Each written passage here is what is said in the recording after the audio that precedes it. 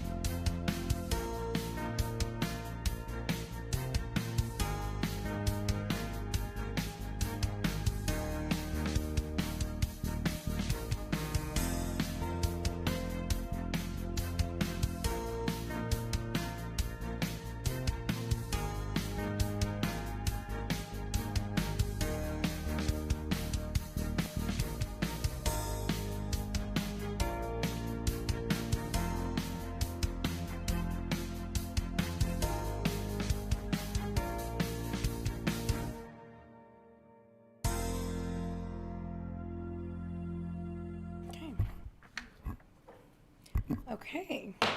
Good morning, everyone. I'd like to call this meeting to order. This morning, our invocation will be given by Father Thomas Bartz. He is the priest at St. Nicholas Greek Orthodox Church. Father?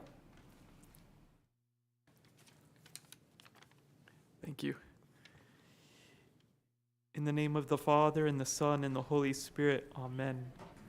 O Creator and Author of the human race, Giver of all spiritual graces, Bestower of eternal salvation, do you, the same Lord, send down your Holy Spirit with a blessing from on high upon these civil servants, so that fortified by the might of your heavenly protection, they may be able to help and aid all who come to them.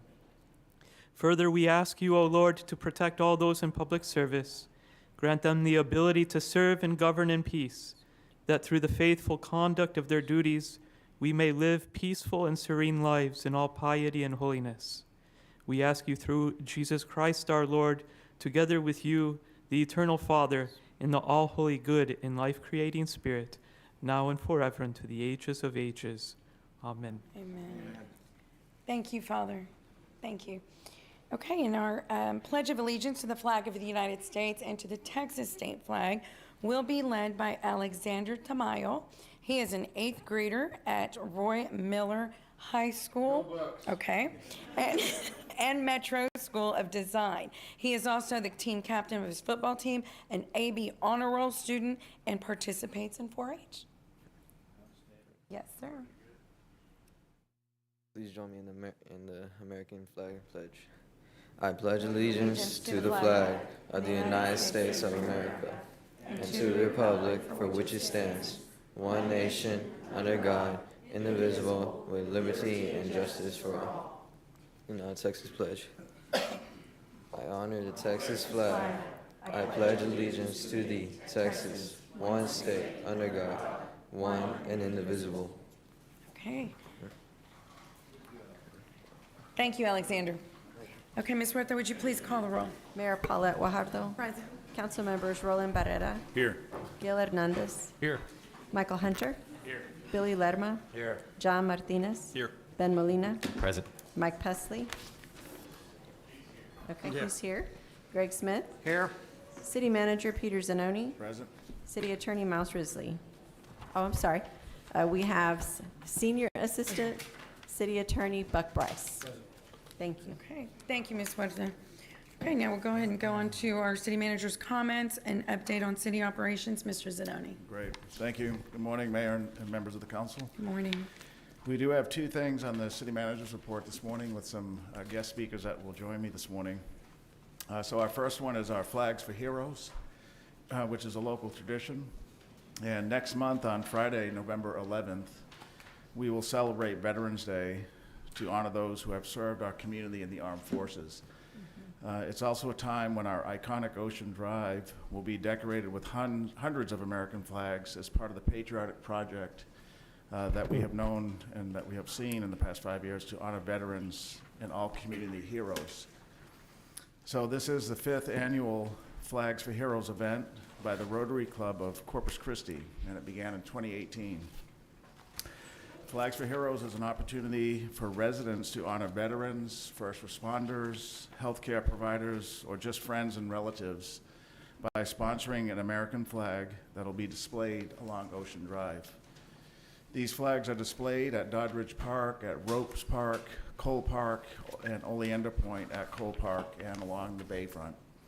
Each flagpole has a 4-inch round recognition tag that's attached to the flagpole.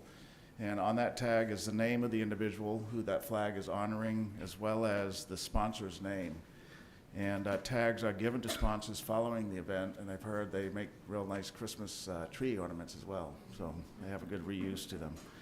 So the reason we're here today is because that event's coming up. We want to notify the public that you can honor a hero by sponsoring a flag for a nominal fee of $50 per flag. And that money goes to the Rotary Club of Corpus Christi and is used for scholarships and local projects in the community. So we know that many Rotary clubs across America are about helping communities, and the Rotary Club of Corpus Christi is no different. This is a self-developed initiative that has become extremely popular, and the funds are really one of the more important things going to help for scholarships and other projects in our community.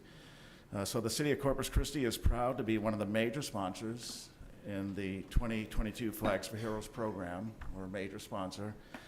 Before I was appointed by City Council back in 2019, the city did not participate in the event. And between Alan Wilson and I, he reached out to me and asked, can the city participate in sponsoring some of these flags? We had participated to some extent with the use of Cole Park, but we were not a member that bought flags, and so the city first became involved with the Flags for Heroes program in 2020. We sponsored 80 flags then, and each year we have, so we were a lead sponsor getting 80 flags. I'm happy to let the mayor and council know today that this year we want to delegate or designate 45 of the flags to the mayor and council, so that you can pick a local hero, a family member, somebody that you want to honor, and one of these flags will work with the council. There'll be 45 flags dedicated by this mayor and council as a community leaders as part of this project. The remaining 35 will be distributed among city executives to honor their veterans and family members as well. So recently I had a business meeting with Alan Wilson, and we talked about today's city manager briefing and asked could he come and say a few more words just to talk about their efforts.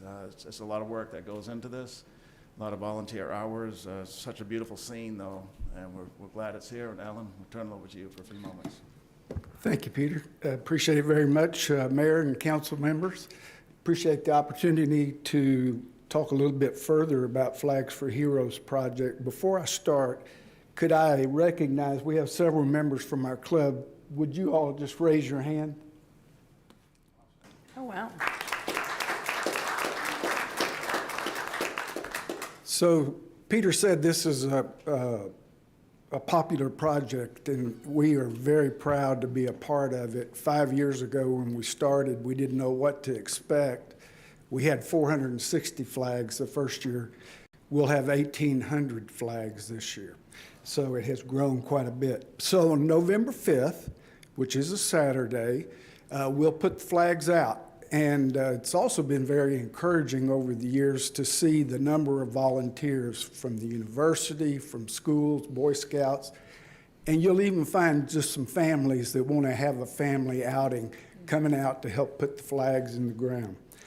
So that's on November 5th. On November 7th at 6 p.m. at First Baptist Church Chapel, we'll have a special ceremony commemorating our heroes, and hope that council, mayor, and city manager can be a part of that. And then on the 11th, which actually is Veterans Day, we'll have our Honk Your Horn for Your Heroes project. So I hope you'll drive down Ocean Drive between 5 o'clock and 5:45 and honk your horn for your heroes. It's a fun day. And then at 6 p.m. that evening, at the end of that Honk Your Horn project, at Ropes Park near the Aviator statue, we'll play taps at 6 p.m. And then on the 13th, we'll take the flags down. So we want to thank the city for your support, great support. And I'm very proud. I said this last year, and I'd like to finish with this. Isn't it great that we live in a community where it's still okay to honor your heroes by the posting of an American flag? Yes. Thank you. Thank you, Alan.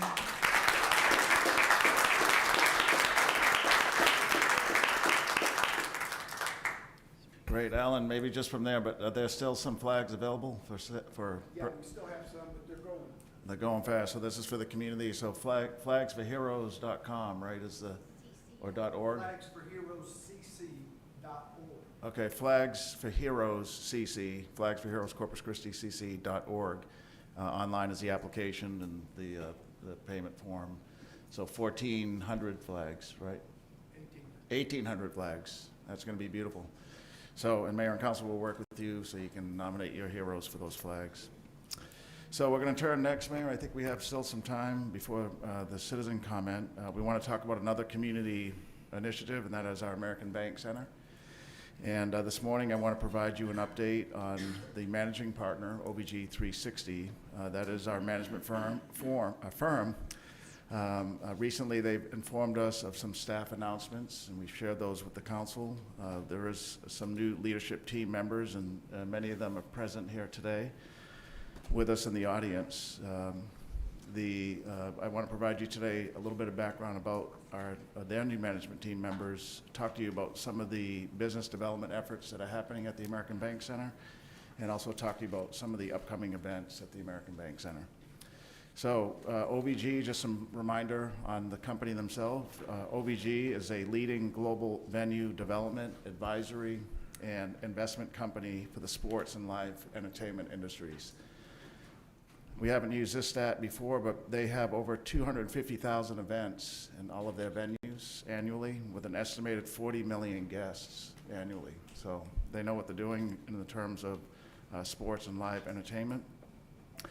OVG oversees numerous operations across Texas, including the brand new Moody Center in Austin, Texas, at the University of Austin. They oversee Fair Park and K. Bailey Hutchison Convention Center in Dallas, and the Fertilla Center at the University of Houston. Those are just a few, and Texas is more. We know locally, and this was one of the reasons we selected them, they operate the Ortiz Center and the Richard Borchard Fairgrounds. So they're here locally already, and they have a big presence in Texas. They're a global firm also, by the way, not only nationally, but they have global markets as well. So on July 1, the city selected OVG 360 to take over the facility at our American Bank Center from the previous management firm. And on October 1, OVG officially started management under the long-term agreement that was approved by City Council.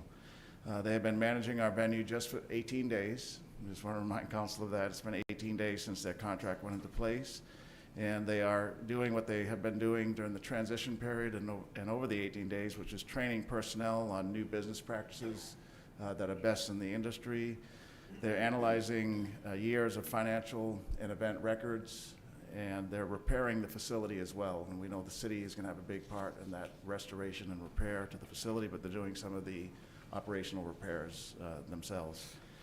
The new management company is in the initial process of developing content and booking for future years as well. Already they booked venues out in the future. This industry is very forward-oriented, meaning that events are booked many years out in the future, and they're working to do that as well. So as you might have read in a memo that we sent to you last week, Brian Martin, the current general manager of OVG 360 of the facility here, has taken a position with the company closer to his home in Georgia, and OVG also has hired some additional executives over the past couple of weeks. So we want to bring all that to your attention.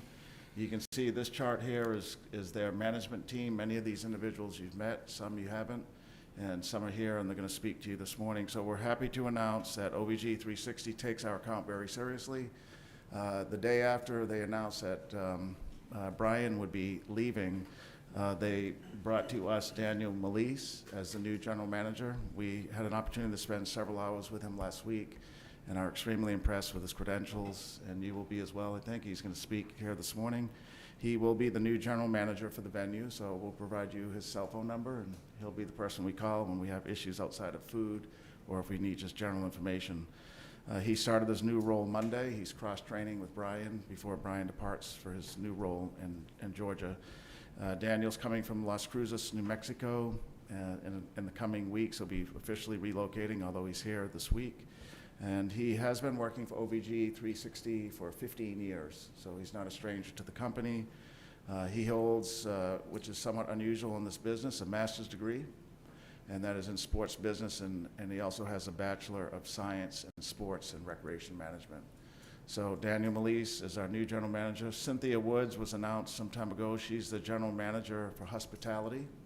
And just as a reminder, there's two general managers, one for the facility and then one for hospitality, food, beverage, and customer service. Cynthia is a native to Corpus Christi, so we have some local talent. She has over 10 years of experience in hospitality and food service, and most recently, she led the OVG team at the Ortiz Center. And once she found out about the opportunity to go to the bigger venue, she approached OVG 360 and they were happy to put her into this position. She had the opportunity to speak to me recently. Very excited about this job. She holds a bachelor's in marketing from Texas A&M Corpus Christi.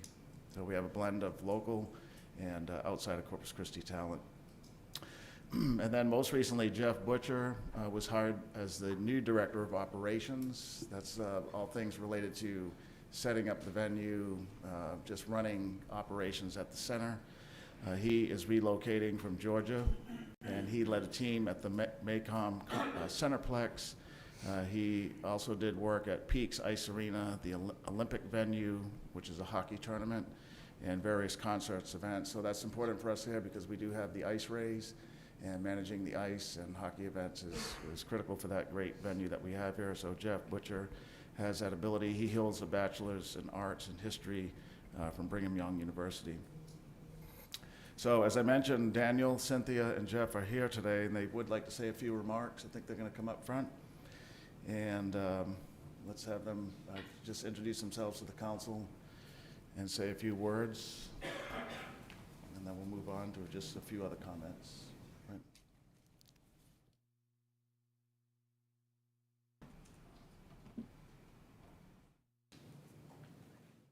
Morning, Mayor. Morning, Council. Daniel, can you, can you come to the, just so we can hear on the, yeah. Yes, sir. That's all right. Yeah. Good morning. Danny Melise. As has been said, I've been with OVG 360 for about 15 years. I've been lucky enough to have moved around the country with the company, and I've been able to work in a lot of different venues. Some have been very similar to the layout and scope that we have here, and I'm very excited for that opportunity. I've also been very involved with transition plans and how bringing these types of facilities over to the company, and it's a tremendous opportunity. I was interested in coming out here before Brian got the position, so it was not, when I heard that the opportunity was going to present itself again, it was something that I couldn't pass up. I did my research on the building, the community. It's a very interesting place, and it's some place that I could definitely see myself settling into, which is what I'm looking for at that next step in my career. My apologies, I'm not used to the humidity and the rain here yet, so as soon as I got off the plane yesterday, I got myself a little, called myself a little cold. Okay. Great, Daniel. Let's have, is Cynthia going to say a few words? Cynthia's our general manager over hospitality. Good afternoon, Mayor and Council. I'm no stranger to the American Bank Center. I was part of the American Bank Center for 9 years. I started out in food and beverage and worked my way up through the chain to human resources, and then I finished my last 6 years there as a sales manager for the convention center before I went to the Ortiz Center with OVG Hospitality. So I'm very excited to be back at the American Bank Center. I'm very familiar with all the clients and the events, and especially the building. Great, thanks, Cynthia. Thank you. And then Jeff, we'll hear a few comments from Jeff. Moved here from Georgia, right? How you liking it so far? That's great. It's great. Actually, when Brian came out here, I said, Brian, if you got a spot in Texas, you got to find me a spot out there. So it's worked out well. Had the opportunity to come out when Oakview Group first took over. Got to go through the inside of the buildings, kind of get an idea of what was here. So I've got a pretty good familiar of what the building needs and what improvements we can make to develop everything. And came out to put the ice in for the team this year. So I'm excited. A strong ice background. That's where I come from. Peaks Ice Arena hosted the 2002 Olympics. I was not old enough to have been there at that time, but it was a great venue. And then being able to go to Macon, took their facility from one of the worst ice rinks in the league to the best ice rink in the league. So hope to do the same thing for the team here and really develop things and grow here. So I'm excited for the opportunity. Right, Thank you, thank you. Good. Mayor, just a few other comments on the facility itself. So our engineering department is partnering with OVG 360. We own the building, we own the facility. So our engineering department, led by Jeff Edmonds, is conducting, as we know, a facility assessment of the arena, of the convention center, and the Salina Auditorium as well. We're looking at mechanical, electrical, plumbing, and roofing systems and the building envelope. The assessment is approximately 90% complete, and we expect it to be 100% complete by the end of November. We know that, and we want to just remind the council that there's going to be some significant price tag to get the building back to where it should be.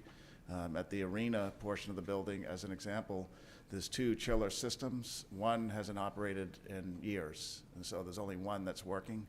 and we need to hope that that one stays working for some time. There should be two working, but one is not, and so those are some of the things that we're dealing with, that OVG 360 will give us advice on, but we're using our own engineering teams as well to assess it and then come up with a strategy. What are the most critical things that we need to replace first, second, and so on. Now, Elsie Borgstad is our assistant director at Airport, but I relocated her temporarily to oversee the new contract with OVG 360 and make sure that the new business development efforts with OVG 360 are strong. Elsie has, Elsie, let me see what Elsie you can say here. Elsie's going to talk to us a little bit about some of the events that have been booked recently and some of those legacy events. That's Right, right. Elsie? So I'll turn it over to you real quick. Yes, thank you. Mayor and council, good afternoon. We have an event that took place on September 8th, and I'm sure Councilman Lerma would remember that and his birthday. We were able to sing happy birthday, and I know Councilman Molina was able to join in. But it was a large function that was very well greeted by the community and local stakeholders, where OBG was able to host a meet and greet for their OBG 360 and the hospitality staff. They were able to showcase some of the culinary expertise that they have in the industry, able to also talk with the local partners and showcase their work as they're working in different conventions, events, and weddings. So we had partnerships like Eric Quinn, La Di Da, and Black Tie Roses that were able to showcase some of their work as well during the function. But also, this gave an opportunity for the team to be able to network with both past clients and also new clients and develop some of that business strategy. We were also able to have OBG attend multiple functions over the course of this last couple weeks and over the summer. But most recently, they've been able to create a much more stronger tie with Visit Corpus Christi that I think was much needed from years before. Part of that partnership has been able to join efforts in both marketing efforts, but also in trying to attract new business and conventions that are right now maybe happening in other cities. Most recently, they were able to go in August to the Texas Society of Association of Executives. Also with Visit Corpus Christi, the Texas Takeover, and that was hosted in Austin over a course of a couple of days. And also, participated in a fam tour where Visit Corpus Christi was able to bring during the Jason Aldean concert, which was one of the largest concerts since OBG took over the arena area. And during that tour was able to showcase the facility and what it has to offer, along with the city, of course. Some of the marketing efforts by staff has been items like more digital marketing, newsletter has been revamped just a little bit as well. But we're also seeing new ads as well in magazines, local magazines like the Band magazine, the Texas Society of Association of Executives as well, and even local partnerships with Concrete Street Amphitheater to showcase some of the live events that are happening over the weekend and the next couple of days in the area as well. And this will all promote that, the ABC as well. Next slide, please. Some of the events that are coming up are listed here. This is just a sample of several to come. But as you could see, and one of the bigger ones that is coming in is on Saturday, October the 29th. The ABC is scheduled to have Reba McEntire concert with guest performance by Terry Clark. This tour is important, I think, for the area because it's the tour will only host 2 cities in Texas, Corpus being one of them, and the day before at the Moody Center in Austin. So we do expect a lot of travelers to come in to the area. We're already seeing the event being slated to be a sold-out event, where some of the ticket purchases are coming in from San Antonio and Houston as well. And there's only a couple tickets left. November 10th, one of the, again, efforts in development new business has been partnering with the local hotels, and some of that includes the Omni Hotel. As part of that, annual Marine Corps Ball will now take place instead of the Omni. It actually is going to take place for this year at the American Bank Center. So this will be a new part of the new business, and being able to host at the Garrett Ballroom approximately 800 guests. So that's a nice addition to the content. But this October is scheduled to be one of the busiest compared to previous years. And the American Bank Center is forecasted to lead into the new year with a vast array of events for the community and the traveling public. That's it for my comments. That's it, right, Nancy? Okay, great. So Mayor and Council, that concludes the update on OVG. Just to remind the council that I'm confident in OVG's expertise and their industry expertise globally and nationally. We know that they will be bringing best practices here to Corpus Christi. We also know it's only been 18 days, and so they're in a transition period, and we know that a decade of less than optimal management doesn't get reversed overnight. So we're working with the company. Their leadership team is very engaged with the account. They were here with us last week. So with that, we're available. The OVG team that represents the sale locally is as well. If you have any questions, Mayor. Okay, thank you, Peter. Councilman Smith. Thank you. I think for Daniel, maybe it ought to be OVG 180 because he's going from 0% humidity to 100%. So you're taking a 180. Welcome to Corpus Christi, Daniel, on there. And important, it's not a big portion of the venue, but an important part is the city terrace. I understand it's under renovation. What's our schedules at LC? It's a great room. I'm sure, Daniel, probably one of the great things you saw about it. So what's the status on that? Yes, that project actually was one of the legacy projects that was transitioned into City Engineering Department. They've been working on that end. I will say there was some scope that was added to include the restrooms. That was not previously part of that project. The restrooms were in need of some improvements.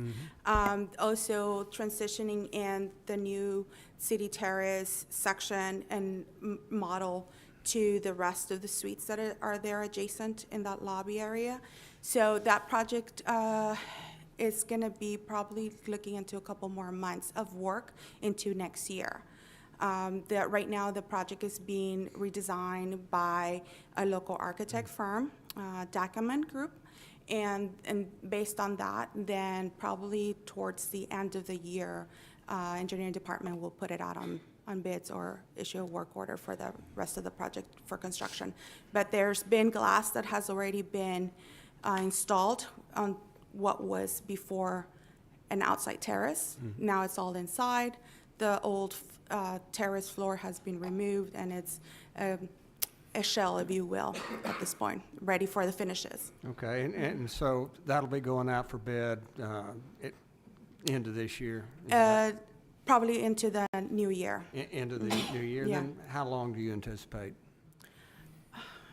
I would refer to engineering on that. We could come back with a status report further. Well, that's it. I'm really getting in the weeds. Well, new team, welcome. Old team, welcome back with it. Thank you very much. Thank you, Councilman.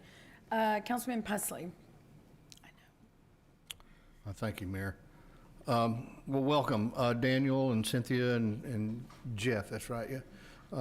Welcome to Corpus Christi, and this is your home, I understand, so we're always glad to see the hometown kids do good. You know, I don't want to rain on the parade a little bit, but I've had conversations with our city manager about if you said we've had a bumpy start, that would be a little bit of an understatement here with OVG.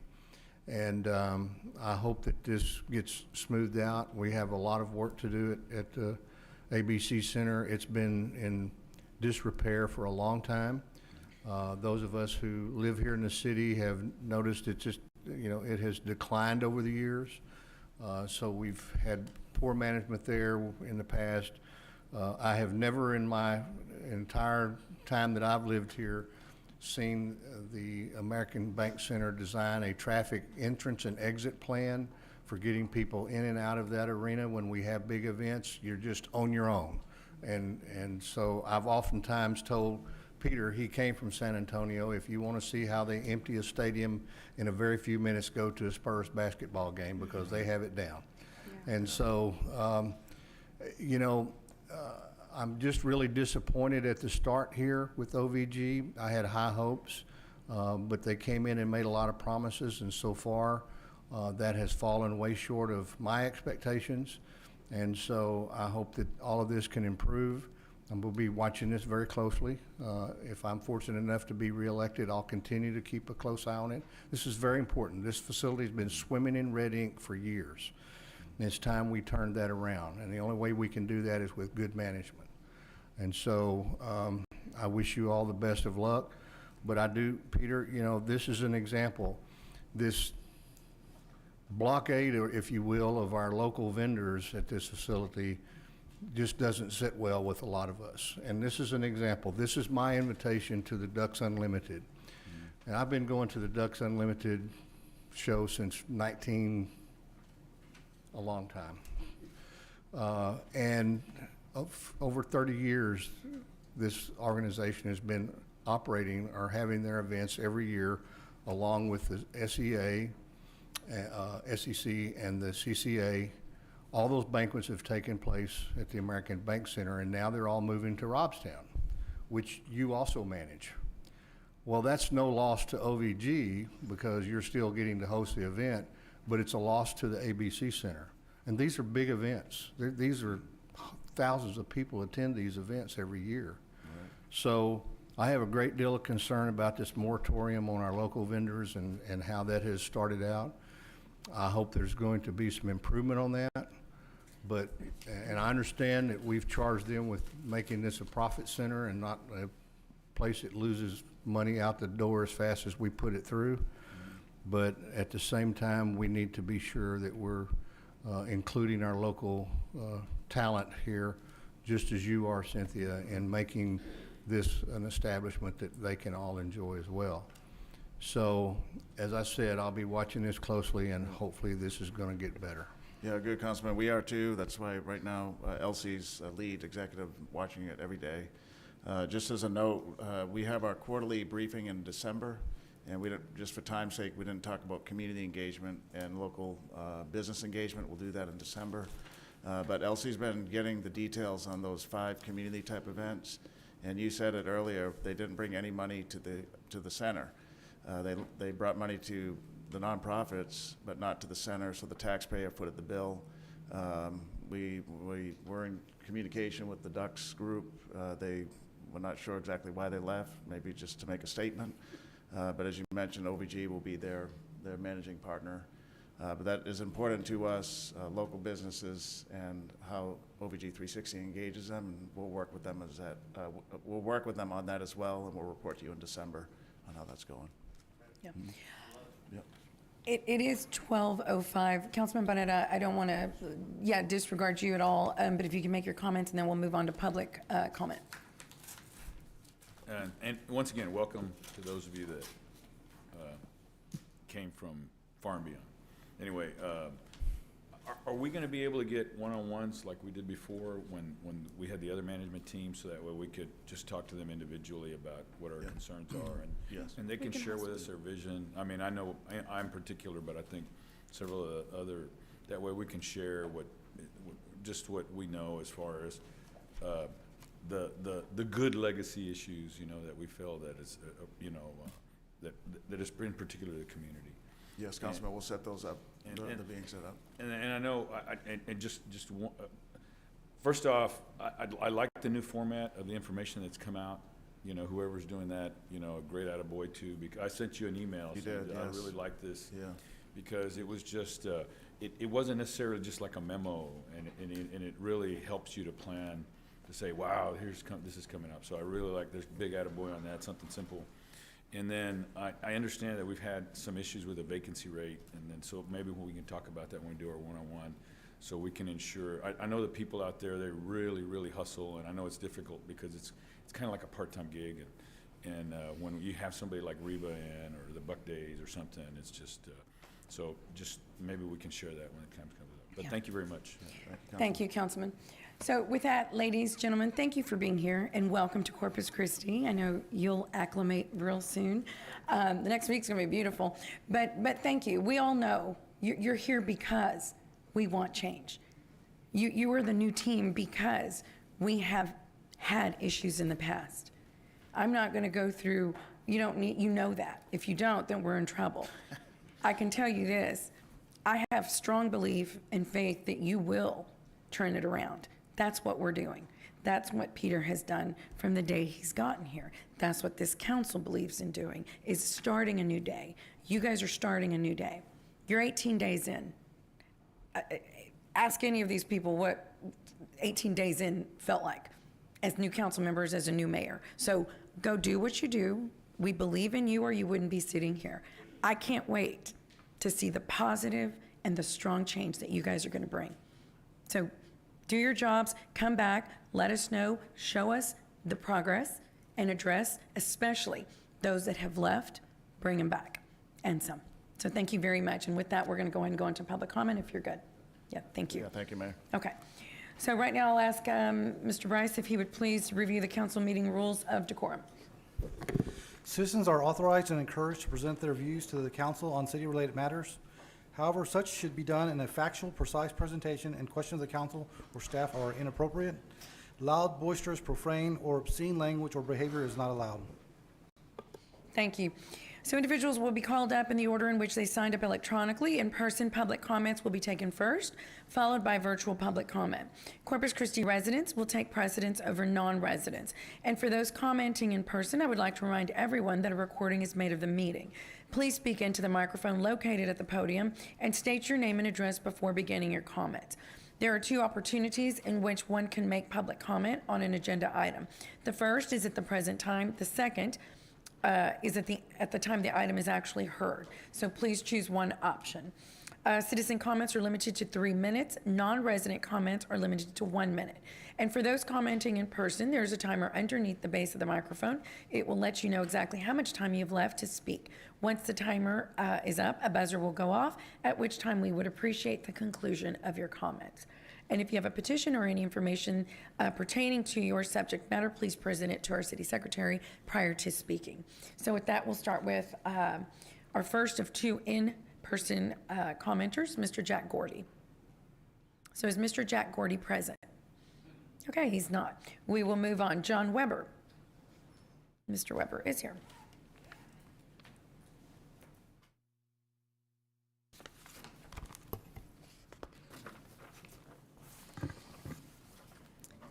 John Weber, 609 Naples Street. I've addressed this subject at a prior city council meeting, so you already know that natural gas is responsible for many health issues, including a 42% increase in asthma rates in children living with gas stoves. I received a flyer from the city claiming that natural gas benefits our environment because it is the cleanest and most efficient source of energy available. Both of these statements are false. Natural gas is not clean the whole way from the wellhead to the stove, your stove or furnace. It isn't even clean at your stove or furnace. It emits nitrogen dioxide and carbon dioxide when burned. Electricity used for heating or cooking gives off no air pollutants. As far as efficiency goes, a heat pump can transfer 300% more energy than it consumes. A high-efficiency gas furnace is only about 95% efficient. Induction ranges send 85 to 90% of generated heat directly to food they are cooking. Electric stovetops are about 65 to 70% efficient. Gas ranges are only about 40 to 55% efficient. I ask that these false claims be removed from the gas flyers. Gas in our homes and businesses is making our citizens sicker. This costs all of us in our health and medical expenses. The burning of gas produces nitrogen oxide, which are precursors to ozone pollution, which is unhealthy and could push our airshed into non-attainment in the future, which will have major economic impacts. Unburned or leaked gas is also a precursor to ozone pollution. Last time I spoke with you, I addressed how common gas leaks are behind the meter. Now I'd like to address the gas leaks on the city side of the meter. After being stonewalled and dealing with the gas department, I filed a Texas Public Information Act request. I found that for 2021, the gas department leaked 78,949 million cubic feet of gas. I'm guessing none of you are aware of this, or the lost revenues. Obviously, the gas department has serious issues. You all are aware of the seriousness of this issue. Because you are aware, you are also responsible for the sickness and premature deaths that are associated with the continued use of gas. I am hopeful you get the leaks corrected, stop the subsidies, and put together a plan to phase out gas for our health and the health of the citizens you represent. Thank you. Thank you. And Ms. Huerta, do we have someone on WebEx? We have one person signed up, William Beckett. Okay. Yes, my name is William Beckett. I'm 7518 Marionville Court. Mr. Beckett, we can't, your connection isn't very good.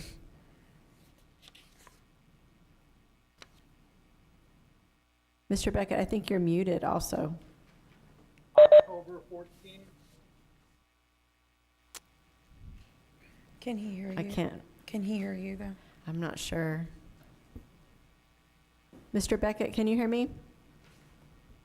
Yes, I hear you. Okay, we can't hear you very well. So it's an issue with your microphone, sounds like. Okay, yes.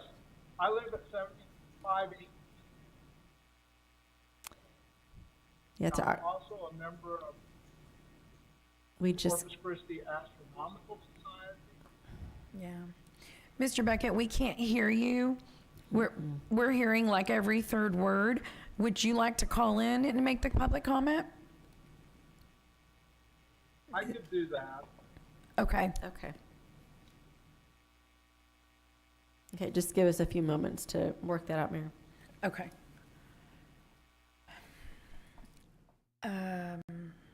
Okay. Well, while we do that, do we need to stay in public comment, or can we move on and come back to him? Okay. So what I'm going to do is go ahead and go to our consent agenda items 3 through 9. Do we have any requests from council to pull any of the items, numbers 3 through 9? Madam Mayor, I'd like to pull item 7, please. Item number 7, okay. Anyone else? That was the one I was going to pull, so that's. Okay. Yeah, Mayor, I'm sorry. Yes. I'm actually gonna pull 7 off the agenda. 7 off? Okay. Yes, so the apparent low bidder has withdrawn his proposal. Okay. And it's deemed non-responsive at this point, so we're gonna go to the second lowest bidder. We'll have to come back Okay. to the next council meeting. Okay. With that second lowest bidder, as the first proposal is non-responsive. And then also, can we, number 4, the consent agenda item for Diamond Beach Holdings, we just want to have Al Raymond quickly go over the changes that were incorporated in the materials today. Okay. Based on council input last week, so pull number 4 just for staff. Sure. Update. Mhm. Okay, I'll go ahead and entertain a motion to approve consent agenda with the exception of item number 4 and of course, number 7 being pulled. So moved. Second. Okay, any further discussion? All in favor say aye. Aye. Any opposed say no. The motion carries. So item number 4, we'll go over a little short briefing on that, and that is the White Cat Preserve. And can I just, while Al's coming up, Sure. on item number 7, the apparent low bidder, who's non-responsive, just called us this morning. Otherwise, we would have given the council more of a heads up. So we just found out moments ago that they Okay. withdrew their proposal. And you said that'll come back next week? Right, we're gonna engage the next lowest bidder, Camacho Demolition, and we'll bring that next week. Okay, thank you. Mr. Mayor Raymond? and Council, Al Raymond, Director of Development Services. This item was presented last Tuesday, and there were references made by council that some of the maps in our presentation, our PowerPoint presentation, didn't really align with the maps in the ordinance. So we just, the motion is just to substitute the plan unit development maps, exhibits A, C, F, and H, so that the maps do align, and that's it. The line maps are in the material that was Yes, included. it's right. in, it's already been uploaded, it's in the package you have. So that's in this item now? Yes. then? Okay. Okay, then, do you have a question? Yes, Mr. Smith? Yeah, thanks. So, but when you published the amended agenda that didn't align, when did you upload these out? We uploaded it late last week. Okay. So you have those maps, A, C, F, and H were uploaded, and they coordinate from the presentation that was presented to you last Tuesday and the ordinance itself, that it's in sync now. Okay, and the language, actually the legal language defining it is in sync? Yes. Okay, and thank you, with it, the call I have into you, that's what it's about. That's what it's for? Okay, great. Yeah. Thank you. So you can ignore that, and thank you for making this change with it. So on that, make a motion to approve. Okay. Do we have a second?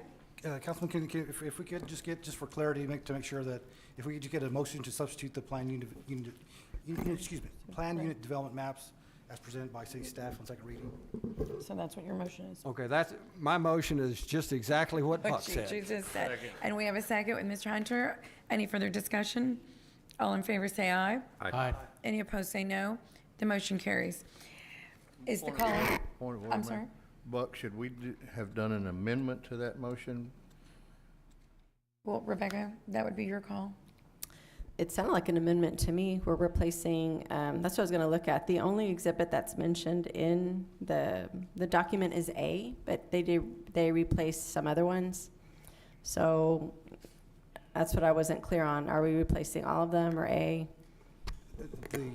The ones listed by hour are the ones that have been updated. Okay, so it's A, C, and F.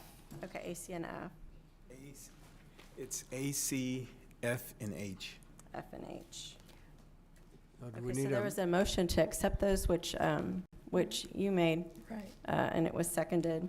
So if we want to just call it a motion to amend, just for clarity, that's what your motion was? Yes. So now we can just approve it as amended. Okay.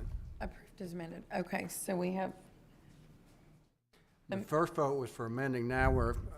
Approving it as amended, the ordinance as amended, substituting those A, C, F, and H, those exhibits. Okay, as amended. Correct. Okay, so The we have a ordinance as amended. motion and a Motion to second. approve. Okay, second. All in favor say aye. Aye. Any opposed say no. The motion carries. And that'll take us, I'm sorry, the caller. Do we have our caller on the phone? Ms. Not yet, ma'am. I'll let you know. Oh. They'll let me know as soon as he, if we're able to contact him. Yes, Okay. ma'am. That takes us to section M, our first reading ordinances, items numbers 10 through 13. Item number 10 is an ordinance authorizing the acceptance of a grant from the Commission on State Emergency Communication.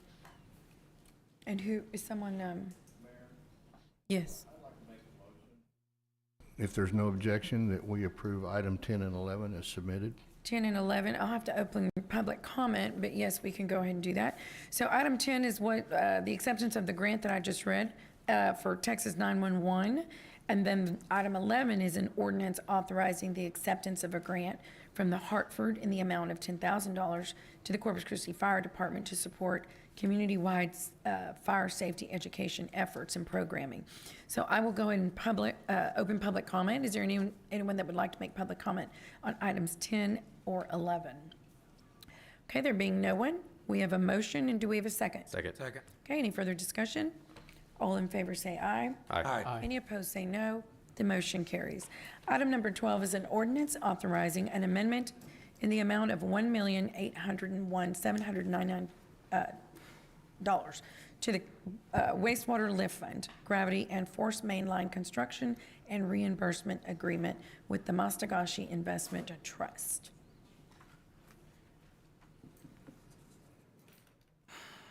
Okay, sorry. Good afternoon, Mayor and Council. The purpose of this ordinance is to authorize the city manager and or designee to approve a reimbursement agreement for MPM. Apologize, wrong one. I apologize.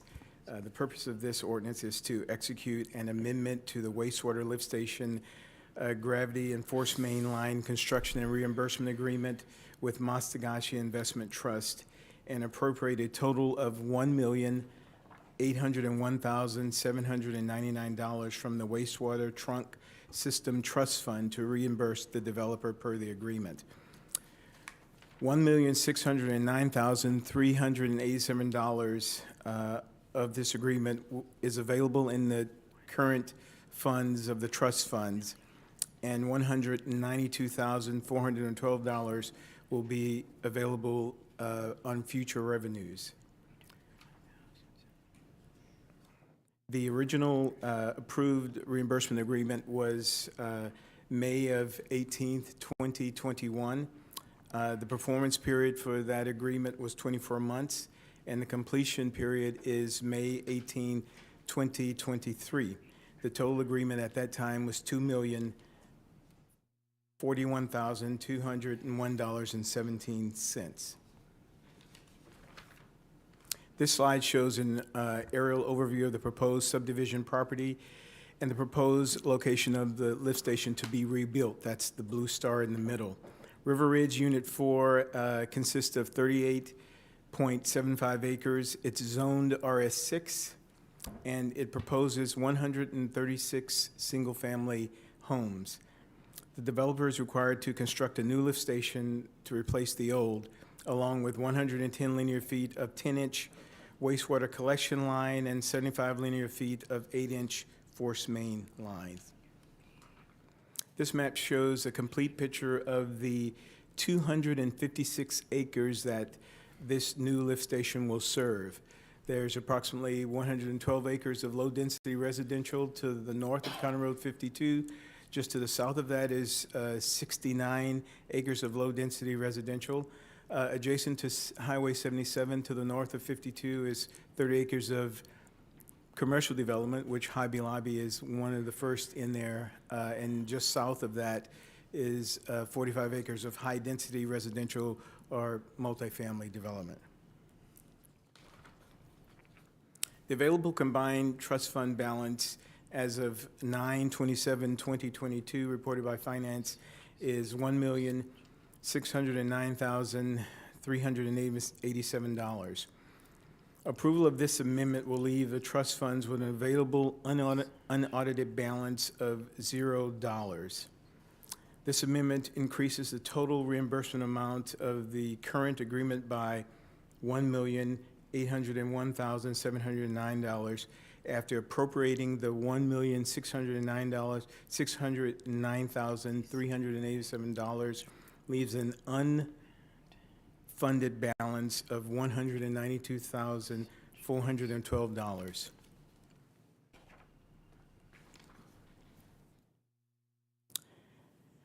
Staff recommends approval of this amendment for wastewater and lift station construction reimbursement agreement for Mastagashi Investment Trust. I'd like to point something out on this slide. I'd like to correct something on this slide. In the second paragraph, it appropriates, it says $1,650,606.46. That, of course, should be $1,609,387. And the unfunded balance is not $151,192.54. It's $192,412. Staff recommends approval, and I stand by for any questions. Councilman Pusley, it's a lot of dollars there. 100. A lot of dollars.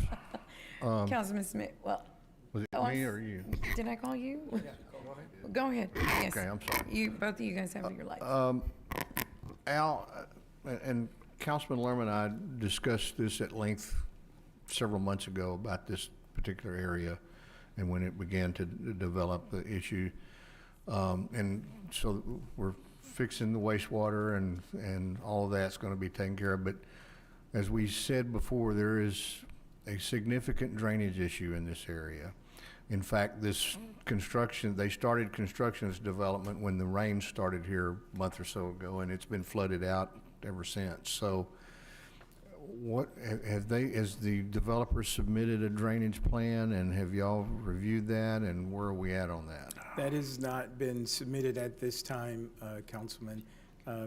This is really generated from, in May of 2021, the developer used a design memorandum and an engineer's estimate, which we used to bring forward the first reimbursement agreement.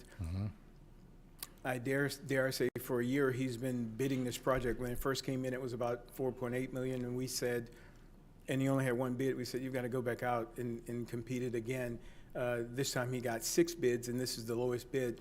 But he hasn't done that level of infrastructure development yet. Is that required? Yes, it is. Okay. That would be required at his plat, and ultimately the public improvements that would need to be installed to make the development work. So just a really quick story. When we developed County Road 52, we had a drainage system designed in there that was going to tie into using an underground pipe from County Road 52 over to an existing drainage system that would have taken care of the water, but the landowners in that area threw a fit about having to have a right-of-way across their property for the drainage pipe. And so to accommodate them, we, in retrospect, made an error and took it out. So there's really no drainage on that road to speak of other than what goes in that bar ditch out in front of this, where this subdivision's at. And it all runs down toward 77 and piles up there. So I just want to bring to your attention that that's something they're going to have to address. Understood. Councilman Smith. Thank you. So Al, you said that this serves 256 acres. Is that the total design for it, or will it have capacity for past that? That is really what the ultimately $4 million lift station is for, the 256 acres. Okay. And what are our acreage fees right now, our wastewater acreage fees? Ooh. I don't know offhand, sir. Okay, 3,500, 3,600, is that? I don't think that much. Not that much. Even though we increase it with our 10% increase each year, it's not quite that high yet. Well, and the reason I'm asking this is so we have 256 acres, and let's say there were 4,000, which we know is high, that's $1 million. But we're spending 1.8 million? Actually, you're spending a total of, when we combine it all together, you're spending a total of $3,843,000. Okay. But we're collecting under $1 million. Basically, yes. So maybe our fee schedule is a little bit upside down? That's a reasonable comment. Okay, thank you. Okay, I don't see any other questions, but I'm going to go ahead and open public comment. Is there anyone in the audience, well, we do have audience member. Anyone like to make public comment on item number 12? Okay, there being no one, we'll close public comment, and I will entertain a motion to approve item number 12. Move to approve. Second. Yes? I just wanted to introduce myself. I'm Brian Wick. I'm the engineer. Oh, okay. Okay, I'm sorry, sir. On this item? Yes, ma'am. Okay, so this is the engineer on the item, but you're not here to say anything, you're just here. Okay. Thank you. Thank you. So we have a motion and a second. Any further discussion? All in favor say aye. Aye. Any opposed say no. The motion carries. And that'll take us to our last and final item, which will be record time for a council meeting, I might add. Yeah. Item number 13. It is. Like one something is our... Yeah, you're right. We're at 12:32. Okay, item number 13 is an ordinance authorizing a water arterial transmission grid main construction and reimbursement agreement for up to $67,917.98 with MPM Development. Great. Mayor and Council, the purpose of this ordinance is to authorize the city manager or designee to approve a reimbursement agreement with MPM Development LP in the amount of $67,917.98 for the construction of a 12-inch water line requested for development of Kings Landing Unit 2. This slide is approximate location of Kings Landing Unit 2. There'll be approximately 508 linear feet of 12-inch water grid main line that runs north and south along Lady Alexa, which is right here, I think. The total cost of this construction project is $90,485.98 minus the lot and acreage fee, leaves a balance of $67,917.98. As you saw in the last presentation, as in this one, available combined trust fund balance as of 9/27/2022 reported by finance is $1,609,387. After the amendment appropriating the funds for River Ridge Unit 4, the trust funds obviously does not have monies to accommodate this request. However, the UDC allows developers to queue up in line, and this developer, MPM Development LP, will be in line for $67,917.98 when the funds become available. And staff recommends approval, and I stand by for any questions. Okay, Councilman Smith. Thank you. Kind of along the same lines with this one. So the fund is broke, basically. It's what you're saying. They got to wait till money comes in. Right. Yes, sir. So we've got a Social Security system going on here. So anybody that's paying in is paying for something that's already obligated someplace else. That's a great way of looking at it, yes. Okay. So just, okay. Well, there's a better way to fund infrastructure, and as you know, we're looking at that. Yeah. But this is just the reality on the ground now. Okay. So any folks that, and I visited with a constituent and not a sophisticated developer like MPM about a month ago, and it was a $60,000 trust fund type of issue. And at that point in time, we had money. But I guess the point here is if you're looking at drawing down on the trust fund, that you might be a while before you can get it. That's a reasonable assessment, Okay. yes. So, and this individual, yeah, they paid in their trust fund fees. So, okay, thanks. Right. Good points. Second. We have discussion. Councilman Hernandez. I think if we wouldn't spend $900,000 on a force main and on the island, we would have had some money in this project to do this. So I will leave it at that. And I will leave it at, this is why our impact fees that are coming forth, okay, gentlemen, attention. This is why our impact fees that are coming forward are critical. Does everybody realize that? Literally. Can I get a nod? Can I get a yes? Can I get a yeah? I'm serious, we're not moving forward. You're right, ma'am. Ben, what do you care, right? Yeah. What do you care? Roland? Right? I mean, no, seriously, gentlemen, this is seriously why, and if I were in your shoes, Mr. Raymond, I'd be sitting there saying, okay, council, we got a Social Security fund here, and this is why impact fees are critical, to balance this out. Because as you mentioned, yes, he has put in, he's paid in, this developer, but it isn't fair to get we'll owe you when we get it, if we get it. So just remember that moving forward, when this comes forward, when our impact fees item comes forward. It's really serendipitous, Mayor, that it's broke and we're working on impact fees. That's just how everything came together. Right. But I don't want to brag or celebrate in advance of that. It is what it is, right? And if we want to, because in essence, development basically stops because who's going to have the money to do the heavy lifting? So Right. We need another model for development, and I think we're working toward that. And of course, we'll be bringing that to you hopefully in the summer of next year. Okay, that was my next question. Okay, well, we will go ahead.